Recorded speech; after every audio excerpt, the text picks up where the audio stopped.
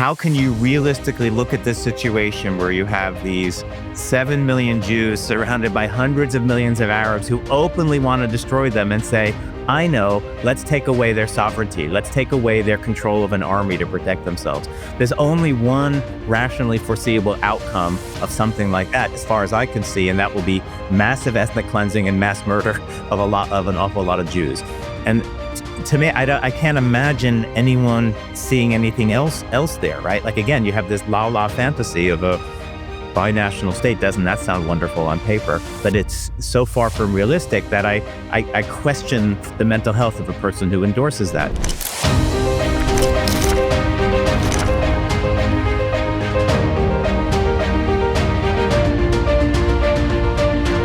Welcome to The Contrarian. I'm David Bernstein. In a world filled with noise, I'm here to provide the signal. Hello. Welcome to this edition of the Contrarian podcast. I'm your host, David Bernstein. I'm joined today by my co-host, Phil Siegel, who I've been working with on this series that hopefully you've heard by now on the new Anti-Anti-Zionism. And we are really fortunate to have with us today Professor Andrew Pessin.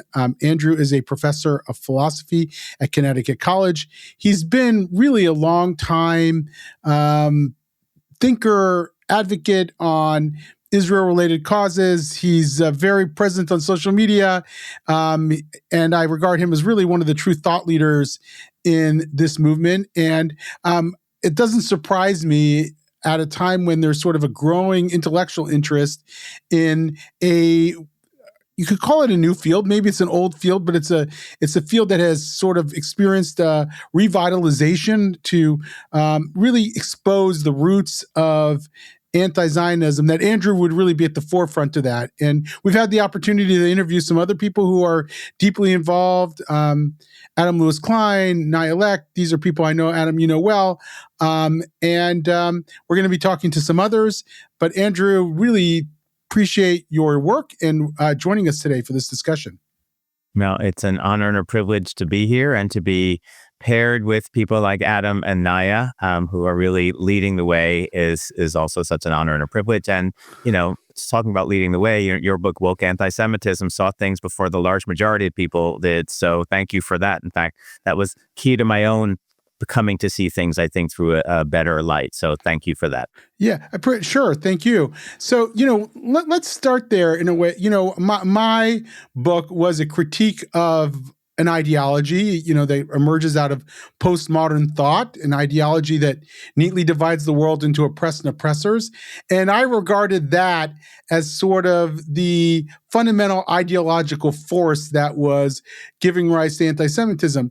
And now you upstarts come in and argue that anti-Zionism, in a way, is an ideology of its own. Perhaps, and I think you would agree to this, related to this larger ideological scourge that we're experiencing, but still an ideology of its own. Can you explain a little bit about that? How you see anti-Zionism and how you see it relating to this larger ideological problem that we've identified? Well, why don't you start with an enormous open-ended question?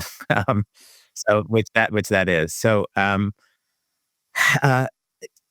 it's all interconnected, right? There's a bunch of different threads that are all being woven together, and different anti-Zionist people. And by those, I tend to focus on the scholars and the students. Like the campus scene is sort of my area of focus. Every anti-Zionist comes to their anti-Zionism from their own unique path, and there's so many separate paths now available to get there, and including the DEI industry stuff, the woke progressivism that you were talking about, that turns out to be a very straight path to anti-Zionism. And I have no personal hesitation in your saying it's fueling the anti-Semitism on campuses, but of course, at the same time, it's fueling the anti-Zionism. And the simplest way of maybe drawing that out, as you said, you start with that Marxist dichotomy between oppressor and oppressed, and it's pretty easy in their worldview to put the Israelis into the oppressors and the Palestinians into the oppressed. It's incredibly oversimplified, ultimately false, I would argue, but nevertheless, it's obvious and appealing.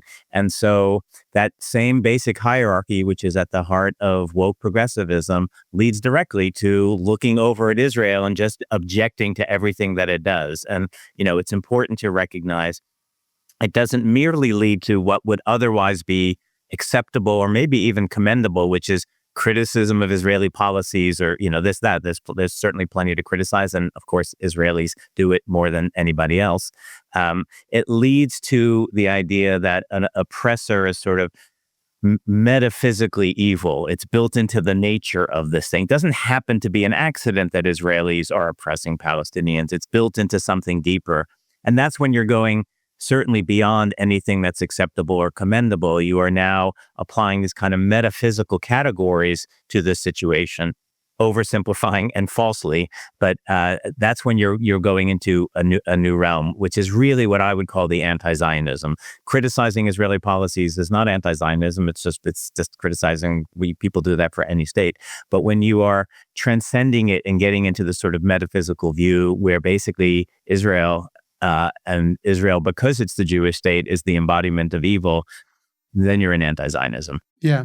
The writer, academic Adam Kirsch, who wrote this book, Settler Colonialism. Fantastic book, yeah. Yeah, fantastic book, important book. Argues that one of the reasons why anti-Zionism has sort of become the paradigmatic form of post-colonialism is that, or post-colonial thought, is that they believe that they can actually succeed in anti-Zionism. In other words, the United States of America, whatever, Turtle Island as they might call it, is not going anywhere. And they know it's not going anywhere. And there's not enough indigenous people in this country to take over this vast land of ours because they were killed off. But with anti-Zionism, they see a lot of potential. I saw that NAVI, the Israeli writer, journalist, wrote about this morning, that he was just in Australia, and he came away with these anti-Zionists think that they can win. And that's why that anti-Zionism has taken shape. Others might argue, well, it's taken shape like that just because it's about Israel and about Jews.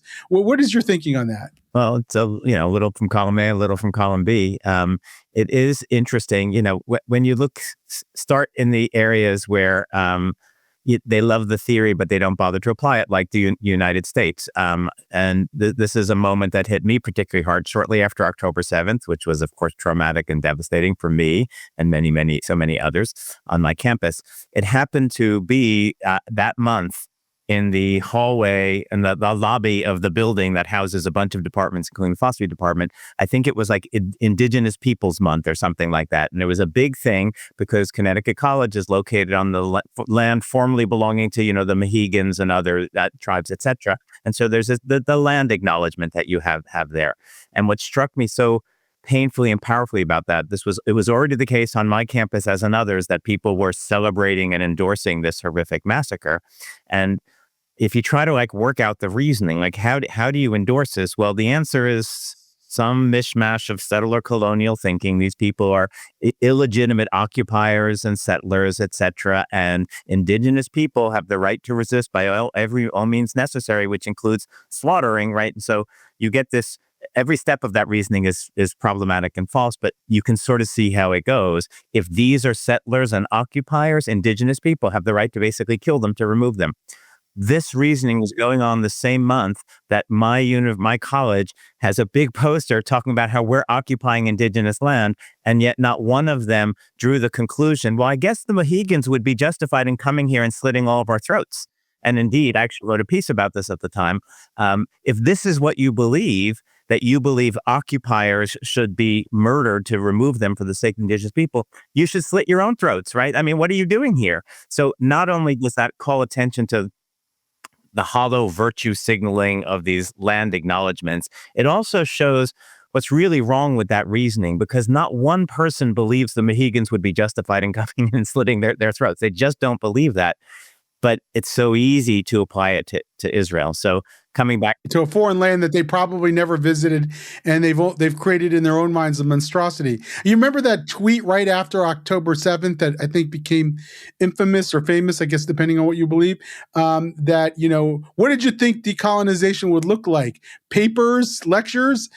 idiots or something like that. I'm paraphrasing. Well, decolonization, it's not a metaphor, was also a popular trope in those, weeks and months after, and some of the major people uh, put those out. So, then they look over there. So to come back to the Kirsch point, right? Then they look over to, first of all, it's all in the abstract, and sort of in the abstract, and maybe they've read a little Fanon or something like that, who glorifies this, colonizing violence. It reaches something deep and primeval in people. Like there's the bloodlust, and in the abstract, it's all very great. And they, as you said, most of them will know nothing of the actual situation in Israel, never have been there.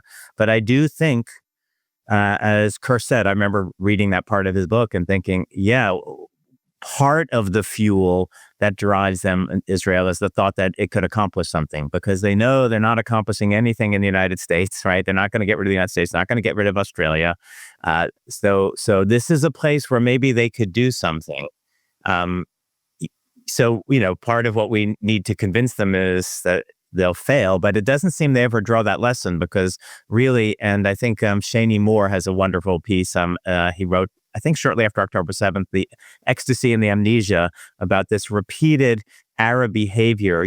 Before each of the many wars they've launched against Israel, they work themselves into this frenzy of enthusiasm and ecstasy and excitement, because they're finally going to murder all the Jews and throw them into the sea, etc. And then, of course, everyone has ended so far in a historical failure and a disaster and a setback for them. And then they forget how bad it was. And some years later, there they are back again. So they never seem to learn that lesson, which tells something deeper. So it may well be that the thought that they could actually do something to Israel and remove it fuels them. But the fact that none of them, and by this I mean the Arab antagonists, but now also the Western progressives who are on this bandwagon, they never seem to draw the lesson that maybe Israel can't be removed, at least not by military means. And so that suggests there's even more to it than just it's feasible. They really are committed to destroying this place, no matter how unfeasible it is. So that would take us into, I think, different places. Yeah. So anti-Zionism has been around a long time. I mean, we know from Isabella Tabarowski about the sort of Soviet anti-Zionism that perhaps put it on the map. We know that it had its roots in the Arab world. We saw Zionism is racism. I think it was 1975, the Zionism is racism resolution, when Arafat famously came to the UN brandishing his gun and got his vote. We've seen it in 2020 at the Durban conference on racism and xenophobia. We've seen it on campus. By the way, I was a pro-Israel activist in the mid 1980s, and there was plenty of anti-Zionism around then. I mean, this feels like to me a continuation, but an intensification. And then, of course, after October 7th, we saw new intellectual movements, so-called intellectual movements, like the Institute for the Critical Study of Zionism, and a conference that was being put together at the University of California, Santa Cruz, and NYU and other places, in which they're trying to now turn this into some kind of legitimate intellectual exercise rather than just a hate movement. What made you, and I think, correct me if I'm wrong, you're now starting your own institute. So talk a little bit about that, but what made you decide to actually, turn this into a counter-intellectual movement, if you want to call it that? First, let me just supplement your quick historical summary there, which is, it goes back. First, it's in the Nazis very, very explicitly. They're not merely anti-Semitic. In fact, they are quite openly and explicitly anti-Zionist, and they actually come to emphasize the anti-Zionism towards the end of the war quite explicitly. In fact, there's one particular moment when they say, anti-Semitism isn't so effective anymore. We need to swap in anti-Zionism for anti-Semitism in order to continue our campaign, right? And so it's in the Nazis, and it really goes back at least to, in the modern period anyway, to the Protocols of the Elders of Zion, which is really ultimately a long screed against Jewish power. And anti-Zionism, fundamentally in its heart, is a response to an attempt to destroy Jewish power. So I would trace it in the modern period all the way back to the Protocols of the Elders of Zion. In terms of it's recently, and it's been present, as you mentioned. It was on campuses certainly by the late 60s into the 70s. But my sense is, I haven't studied this carefully yet. Somebody should, maybe someone in my institute. My sense is it was kind of a fringe movement in those days. There were always people who were not a fan of Israel, but I don't think they held the public square quite as completely and totalitarianly as they do today. So something has grown, and what's really grown is that the ideology which produces anti-Zionism has largely captured the academy in a way that wasn't true, I think, in previous decades. It was present, but it wasn't in charge, basically, and almost exclusively in charge. With that said, a quick qualification. The problems that we see are not on every single campus. In fact, the large majority of campuses have been quiet on this issue, but it's on all the major campuses. It's on the prestigious campuses, the Ivy Leagues, the big prestigious state universities, et cetera. A lot of the more prestigious liberal arts colleges and so forth. So it's not everywhere, but it's everywhere that matters. And it's particularly, and studies have shown this, it's where their Jews are. So campuses that have no Jews tend to have very little anti-Israel activity, which tells you something, that anti-Zionist activity on many campuses isn't really targeting Israel, because what's a student, government resolution going to do to Israel? Literally, absolutely nothing. But ultimately, it's targeting the Jews who are in their vicinity. I was going to say, maybe it tells you that we Jews are gluttons for punishment, but that's yeah, right. So yeah, so I haven't. What I was going to, I'll come back to it. Yeah, I'll even push you in that direction and say that we keep using the term they. Who is the they of today? So before it was the Soviets, then, the Nazis. Who truly is the they of today? Right. It was the Nazis before the Soviets, but so it's the Nazis and the Soviets, and then the basically the Arab Islamists, right? And then the Western left, the Western progressives basically took the reins. And they are, I think, this is kind of an empirical question, but they're leading the show today because our campuses, and this was the starting point of David's question at the very beginning, right? Like, these major campuses are largely dominated by very progressive left-wing ideology. So they're leading the show, but they're not alone, right? So, one of the factors, this has been much in the news, like organizations such as ISCAP that's done a lot of good research on this. First of all, there are a lot more foreign students on major campuses than there ever used to be for any number of reasons. And that includes Muslim and Arab students. And they play a role. It can vary from campus to campus, but you'll find an SJP will form sometimes just because an Arab student has registered in the college and starts an SJP, Students for Justice in Palestine chapter, and off they go. So we've got increased representation coming from there. But the Western progressives are absolutely running the show. And we have, I don't know if this is the same as the Western progressives, but basically the communists are back, right? The socialists are back and alive and well, and they're present in a lot of campuses. It's really like hip and cool to be a democratic socialist of America. And that's also driving a lot of it. But the main force is the progressives, and that's faculty and students. One more question before, and I'll turn it over to you, Phil. Implicit or maybe explicit in this new effort to counter anti-Zionism is that the framework around anti-Semitism is insufficient. In other words, we've for a long time been arguing that anti-Zionism is a form of anti-Semitism. There's an exception around Satmar Hasids or around people who otherwise deny, the validity of nationalism. But in general, we've said it. Why the need for this new discipline? Okay, so you're pushing me back to answer the original question. Good. So let me just say, you mentioned, I think not coincidentally, but I have no proof of this, the same week of October 7th, this other institute launched called the Institute for the Critical Study of Zionism, which is just a straightforward, propaganda machine from my perspective anyway, under the guise of scholarship. And that is actually the moment I first had the thought that why don't we have a corresponding institute just to be a counterweight, if nothing else, because this is a sign of their domination of the academy, that they could form this and no one on our side And our side includes not just Jews, but I think anyone who cares about the state of the academy and ultimately about Western civilization, if you want to go there. No one on our side would thought to establish such a corresponding institute.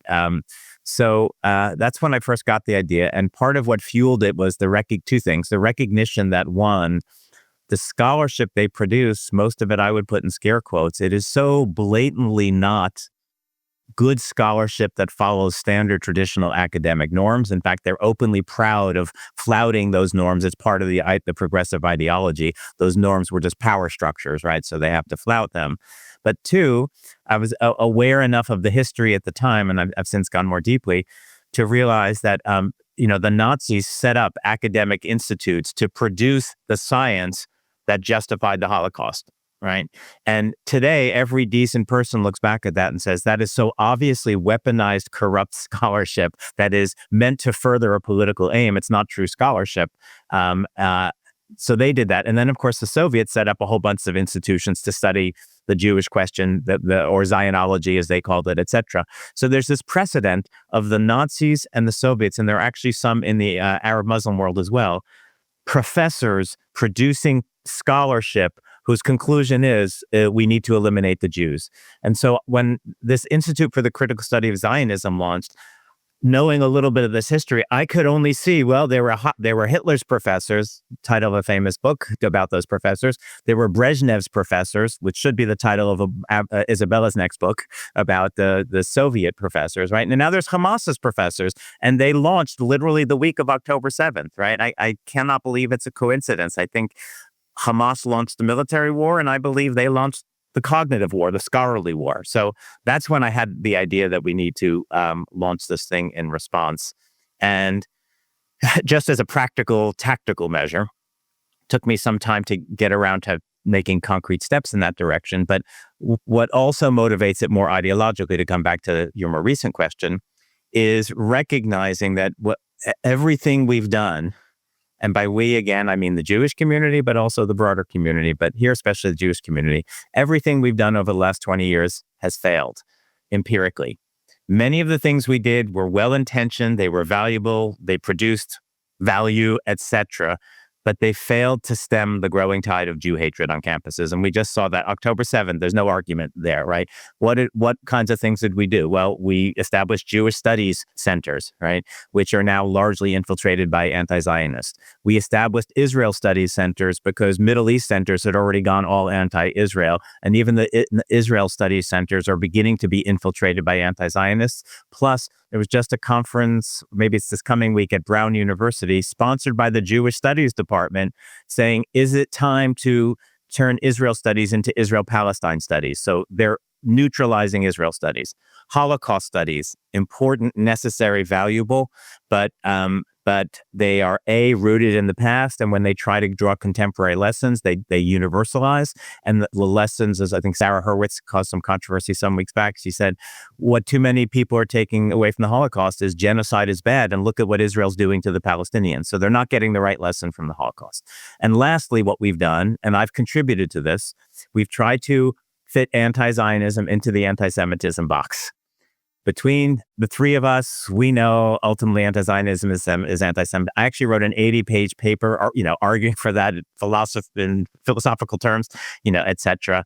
Of course it is, but just as an empirical fact, we've succeeded in persuading only ourselves. We have not persuaded the large majority of people on campuses. That includes the administrators, and it certainly includes the haters. We've simply lost that debate, even though we know we're right? And so what that suggested to me is we need a new strategy, and continuing to double down, triple down, quadruple down on anti-Zionism is a form of anti-Semitism. It's time to try something new, just empirically speaking, right? And it turns out that when you think about anti-Zionism a little more deeply, and I do credit Adam Lewis Klein for, I was already sort of going this route a little bit, but he has this ability to articulate it so essentially, as I'm sure you know, right? Anti-Zionism really has its own history. It has its own grammar and logic. It has its own tropes and libels. It's a different animal from traditional anti-Semitism. What it shares, of course, is they are two different manifestations of Jew hatred, for lack of a better word. But just in the same way, and this is, I think, one of Adam's examples, pancreatic cancer and lung cancer are both forms of cancer, but you have to treat them differently. They have different conditions, different needs, et cetera, et cetera. Anti-Zionism and traditional anti-Semitism are different forms of Jew hate, so they have to be treated differently. And so that's what the movement against anti-Zionism is articulating so prolifically, and I think well. And it's time to have scholars turn their eyes on anti-Zionism as its own phenomenon, apart from whatever relationship it may have to anti-Semitism. So that's the kind of ideological push behind starting this institute. And it's specifically, I'm focusing on scholarship because we've been slow to the fight. The other side had an explicit plan to capture the campuses 20 years ago. We're only sort of waking up now. They've already captured, again, the main campuses. So if we're going to recapture campuses, and by recapture, I don't mean turn everybody into a Zionist. I mean to get back to some sort of neutral space where at the very least it's safe to be a Zionist, right? You can pursue Zionism without being ostracized and harassed. In order to do that, we need to begin turning the faculty back to their original jobs, which is doing proper scholarship. So that's what I want this institute to be, focus on faculty, also students and campus life, but really scholarship. And the scholarship it will begin with is something stunningly we haven't done. So we'll come back to the institute a little bit more, but I want to push a little bit more.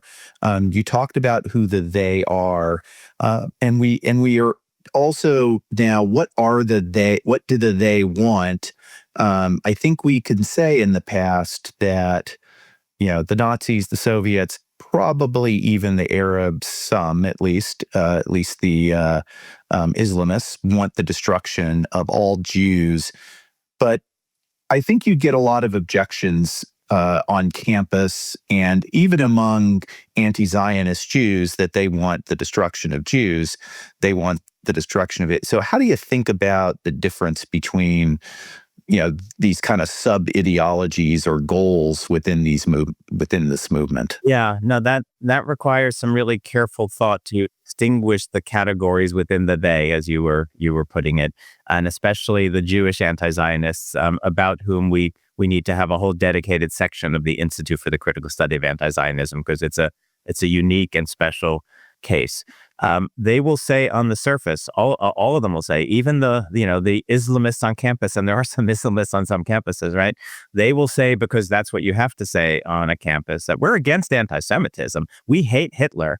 That's why we hate Israel so much, because Israel's the new Nazis with the Holocaust inversion, right? So officially, they are against Nazis, they are against anti-Semitism, and they will say, we do not seek the destruction of the world's Jews, right?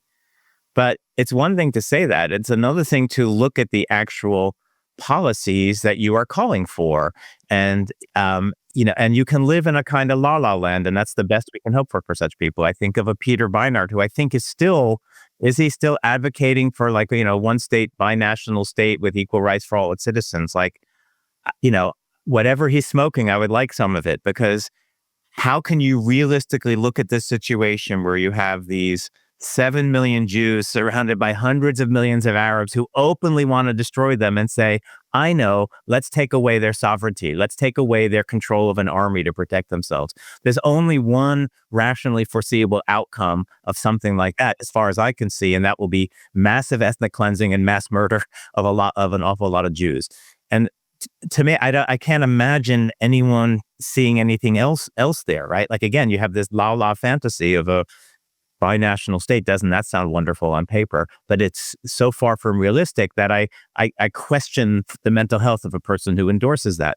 So come back to these Western campus activists who, most of them will say, I don't want the murder of Jews. I actually think it's in the best interest of Israel, right? It's in the best interest of the Jews. My Judaism teaches me that we will be best and strongest if we stop oppressing the Palestinians, etc. It's all wonderful, but at least from my personal perspective, they're missing a few gaps in the syllogisms there. They have this fantasy ideology that leads them to this fantasy conclusion. But if those were put in practices, what that would entail would be mass murder of Jews. So what I would say is they may not realize it, many of them, but either they're cool with that or they're delusional. So more of them than would admit it actually are okay, I think, with the destruction of the Jews. And what about the ones that talk about the whole purpose of the Jewish people is to not have a state, to be in permanent exile, to live everywhere but nowhere, to have our ideology kind of spread a little bit into everybody's place, but not have our own. What do you say to them? That's a good question, and it brings up the important difference between Jewish anti-Zionism before the establishment of the state and Jewish anti-Zionism after the establishment of the state. And just to be brief on that, before the establishment of the state, there were lots of different Jewish groups who were opposed to it for all sorts of interesting and sometimes good reasons, and sometimes persuasive reasons even, etc. But what most of them anyway, typically shared was they really wanted what was best for the Jews, and they just disagreed about whether Zionism was the way to get that or not. They certainly, would have abhorred the Holocaust type things. So there was a real and reasonable debate. I wouldn't call any of them anti-Semitic for opposing Zionism, in the 1920s and even in the 1930s, etc. But as far as I can tell, the Holocaust just answered that. The Holocaust proved that the Zionists were right. The only way in a world in which, Jews were dispersed to have safety is to not be so dispersed and to have their own state. So for someone today, post-Holocaust, to be developing that line, and that, by the way, that was a line, some of the Jewish anti-Zionists before the state, there's interesting philosophy which could support that, right? Interesting arguments going back then. Was a Hermann Cohen might have been one of the sort of key figures in there, I think. Or is it Rosenzweig? I have to look back. But in any case, after the Holocaust, I just look at such a person, again, with the same responses I was mentioning earlier. There's just some screws loose somewhere. Jews are not safe in the world. Less safe now, because if we went to what they're talking about, so forget the binational state, let's just somehow return them to Poland, right? Return them to the Middle East where they came from. There's a lot of incoherence in these anti-Zionist narratives, places that will not accept them, in other words. But we return them to them. You think they'll be, welcomed with a nice parade and roses and cake or something like that? No. Where they were ethnically cleansed before, right? Where they were ethnically cleansed from before they had done anything. And now, in their eyes, these people have been busy, ethnically cleansing and genociding the Palestinians. So they're going to say, all is forgiven. We love you now. It's literally, there's nothing realistic about this idea. So it makes me either question the motives of the person or the sanity of the person, right? And what strikes me, just real quickly on a philosophical point, what strikes me though is that that what you see on the far left is a refusal to talk about differences in culture in general, because that's viewed as a form that discourse is viewed as a form of racism.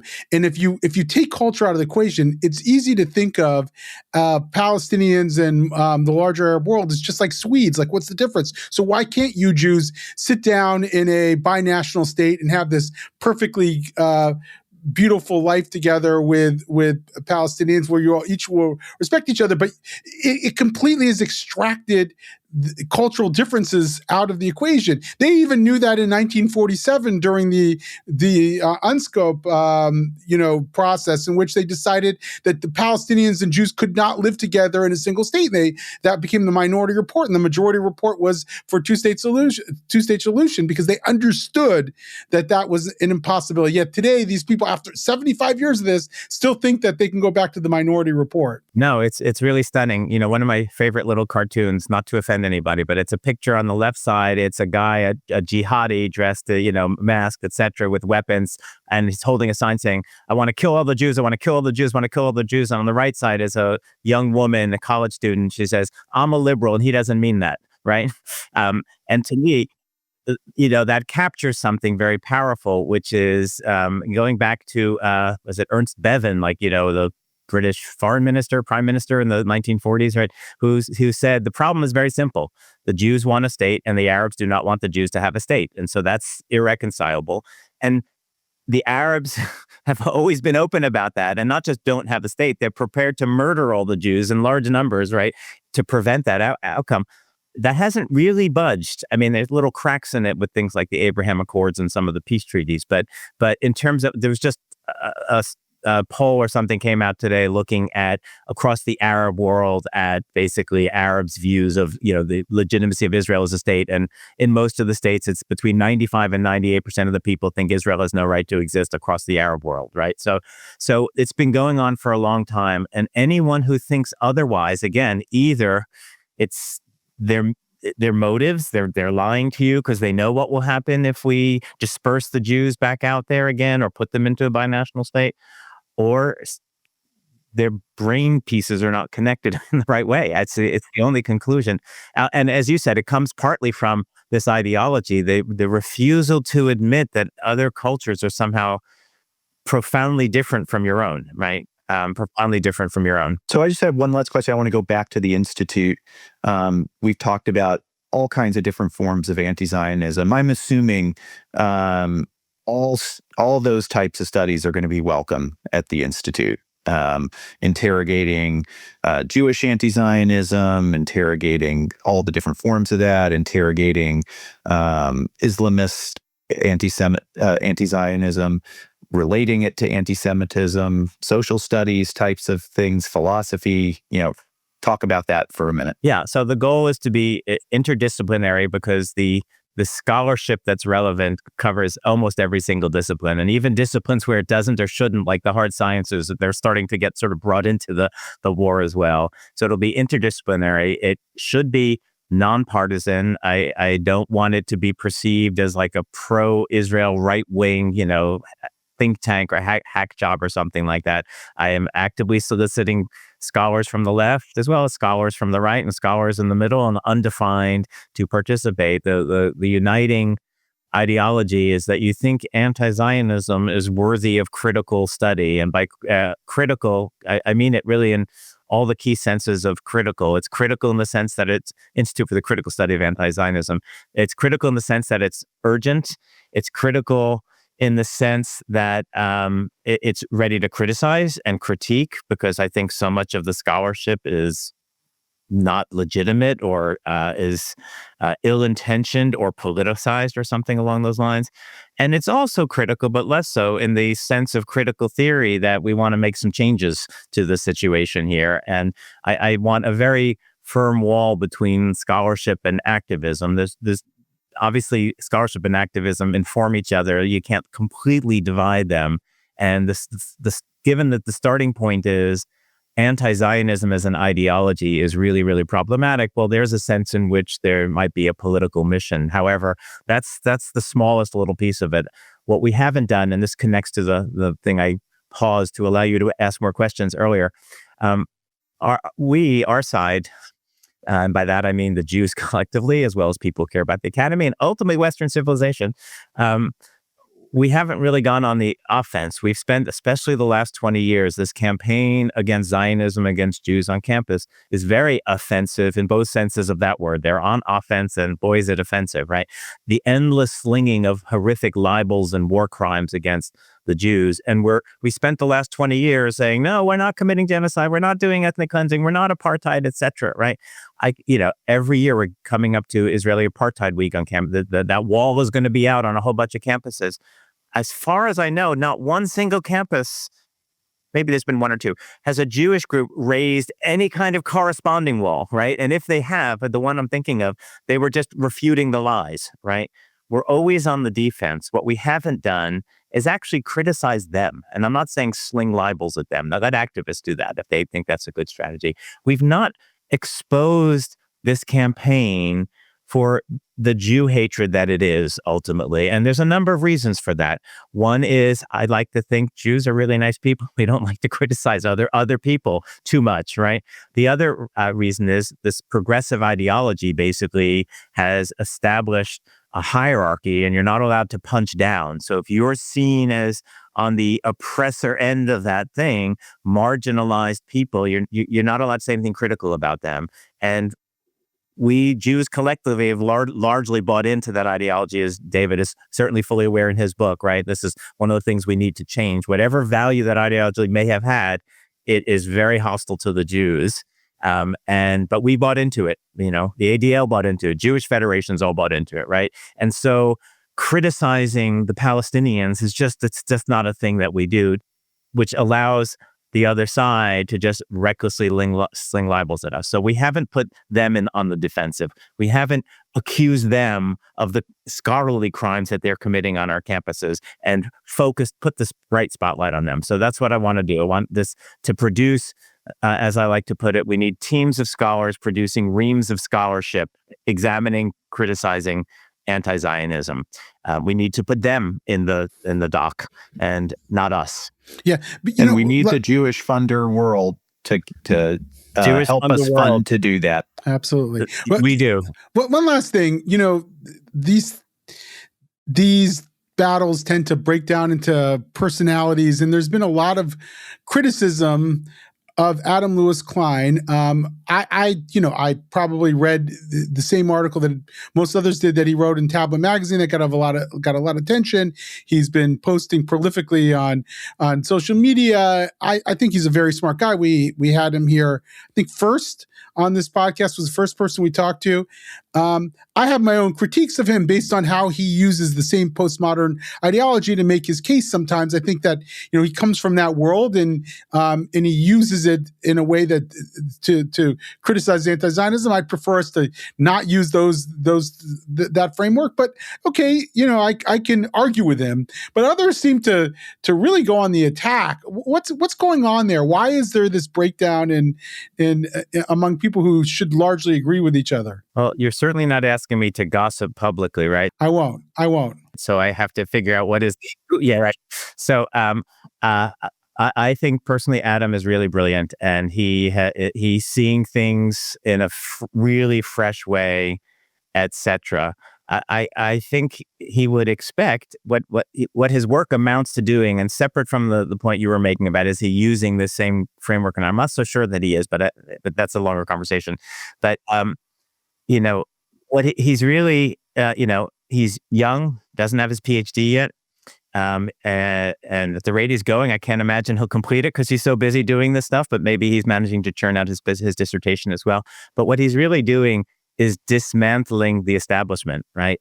Our establishment, the Jewish establishment, the pro-Israel folks establishment. We've had a way of doing things over the last 20 years, including putting anti-Zionism into the box of anti-Semitism. And that's gotten institutionalized in really profound ways, including also the siding with the sort of progressive ideology that's the large majority probably of the Jewish, at least the secular Jewish community has just bought into. So here's this young person coming, and there's a bunch of their senior scholars who have spent their whole career developing this framework. And he's coming in and saying, sorry, no, I have a fresh new way. And I would imagine some individuals would feel threatened by that. It's essentially saying your life work is a failure, which it isn't, because as I said, I put it more cautiously. I said there was great value, well-intentioned. It made sense at the time, but we've learned something since October 7th. Some of us saw it a little bit earlier, but lots of us, October 7th, it failed, right? Like however good it was, however important it was, it failed. So my hope is, and I know myself, I wrote an 80-page paper arguing that anti-Zionism is anti-Semitism, right? So it took a lot of hours to do that. But this new set of ideas, it's clear to me that I have to put those 80 hours aside, maybe not do anything with that paper. Okay, that's painful, right? But the reality is enough putting anti-Zionism in the anti-Semitism box. I know in my heart how true it is, but nevertheless, it's failed. And so I think he's got a hill in front of him because he's really challenging the establishment. And I wish him Godspeed, because I think I really do think he's quite brilliant and can be inspirational. And let's hope that others will come on board, right? And start to see things the way Maz, his organization, is doing, and my institute, right? Put the focus on anti-Zionism, start critiquing anti-Zionism and exposing it for what it is. That's all we're asking. And by the way, my institute will be nonpartisan and interdisciplinary or multidisciplinary, etc. But you don't even have to be a Zionist to be in it. You can't be an anti-Zionist. I don't think I would welcome that. You just have to be critical of anti-Zionism. You may not have much love of the Jews or of Israel there, and so it's important that we, I think. And so too, you can appreciate this new strategy against anti-Zionism, even if you believe anti-Zionism is anti-Semitism. Who cares? Doesn't matter. That's fine. That's welcome in my institute too. I'll take a paper. Maybe I'll publish my own 80-page paper because I don't want to waste it, right? Arguing that. But what matters is let's focus on anti-Zionism. So we can spend a little time putting it into the anti-Semitism box, but what we need to do is expose its Nazi roots. We need to expose its Soviet roots. We need to expose its Islamist roots, all those sorts of things. So that's what I hope to do. And, I consider Adam a very important colleague and even leader in this endeavor. Wow. Well, thank you, Andrew. Really appreciate your work. I think it's a really important development. And I'm going to look forward to seeing how it unfolds and to see the influence that this new discourse can have in the broader Jewish world and in the broader public as well. So thank you so much for that. Thank you for having me. I appreciate the work you're doing. Let's get the word out there. Absolutely. Thanks, Andrew. All right, Phil. So we're on our third interview. We just heard from Andrew Pessin. What did you think? Did you see any difference between the way Andrew articulated this new anti-Zionism compared to Naya and Adam? What I noticed is that Andrew has maybe a broader view of what is going on. I think Adam has a very specific thesis that I think is, has gotten people behind it, and kind of is more of a rallying cry type of thing, along with his scholarship. And Naya has some very specific knowledge, and also a really interesting view with her kind of Jew hate just kind of morphs over time, and we're just in a new era. And Andrew wants to really go both back in time, in the current time, and forward in time, and really put it into an overall framework. And so I think they're all very complementary. It's just they're approaching it from very different angles. Right. Andrew's seeing the void in the scholarly community and trying to fill that void with a multiplicity of voices that help flesh out this new field, whereas they both are single voices within this larger mix, very prominent among them, but still they're making specific arguments. I think he's trying to create a broader enterprise. Yes, I think that's absolutely right. And I think, one of the things that he said, and I think they would both say as well, is, there's room for their views within how he's thinking of things, that he wants to get all the voices collected so that we can, be more than just the sum of the parts, right? Yeah, Let's get all these voices together and really put something on the map that fights back. Exactly. So, yeah, well, and it's great that there's going to be, or there's an academic institute in the making. I think it's really important to get that off the ground, to start doing the scholarly work around it, and to make sure that it legitimizes this academic discourse critical of anti-Zionism. We certainly know that anti-Zionism's gained its more than its fair share of legitimacy. Let's hope we can reverse some of that damage and get people to understand why it's so toxic. Yeah, I think that's really important. I think the one thing that's still open for me across even the first three interviews, we talked with them about the they, and we talked about what they want and need, whether it's destruction of Israel, destruction of, what is really right now the goal of this movement, and who really is there anyone in charge, or does everybody have their own goals? What is the Western, the Western academic goals? What are the goals of the Islamists? What are the goals of the rest of the Western progressive movement? Yeah, and it can be more than one thing. In other words, it might not be one it might be, I don't think it is. I think there's a multiplicity of them, and they're operating in concert. It may not be as closely coordinated as you think. I think there's a lot of coordination that goes on behind the scenes among them, but I think there's also a multiplicity of voices that just are attuned to how the discourse flows in the West and know how to use it, whether they're the Islamist voices of Qatar or whether they're activists on the U.S. front. They sort of understand the framework that they're operating in and know what the message is at any given time. I think that there's some people who aren't quite as maliciously minded. In other words, they really believe, like Peter Beinart does, that you can create some kind of one-state solution that will maximize the democratic rights of everybody there and will not lead to the ethnic cleansing of Jews. And they just think that will work, not just on paper, but in reality. Hard to believe, but that's what they think. And there are other people who are just looking for an excuse to create such pressure on Israel that eventually the country will fold. Israelis will leave. They were interlopers in the first place. And I think there are other people who would just like to throw the Jews into the sea. And this is just the ideological pretension to do so. Yeah. Yeah. No, I think you're absolutely right on.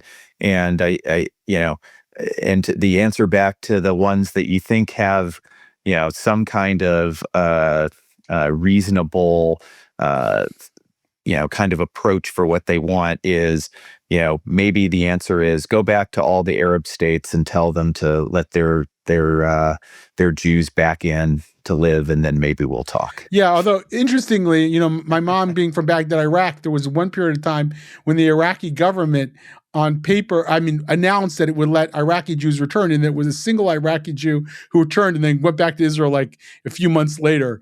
They might pretend to actually want the Jewish community back, but of course, Jewish life is not sustainable in those places, which is why it won't be sustainable in Palestine, right? It won't be sustainable in Palestine because the Arab world doesn't want to share power with the Jewish community, and we need there to be a Jewish state. So I'm glad that this work is being done. I'm glad we're having these interviews, and I think we're starting to see where some of the distinctions lie and how this also amounts to a sort of a coherent approach to thinking about anti-Zionism and anti-Semitism. All right. Well, thanks, everybody. Until next time.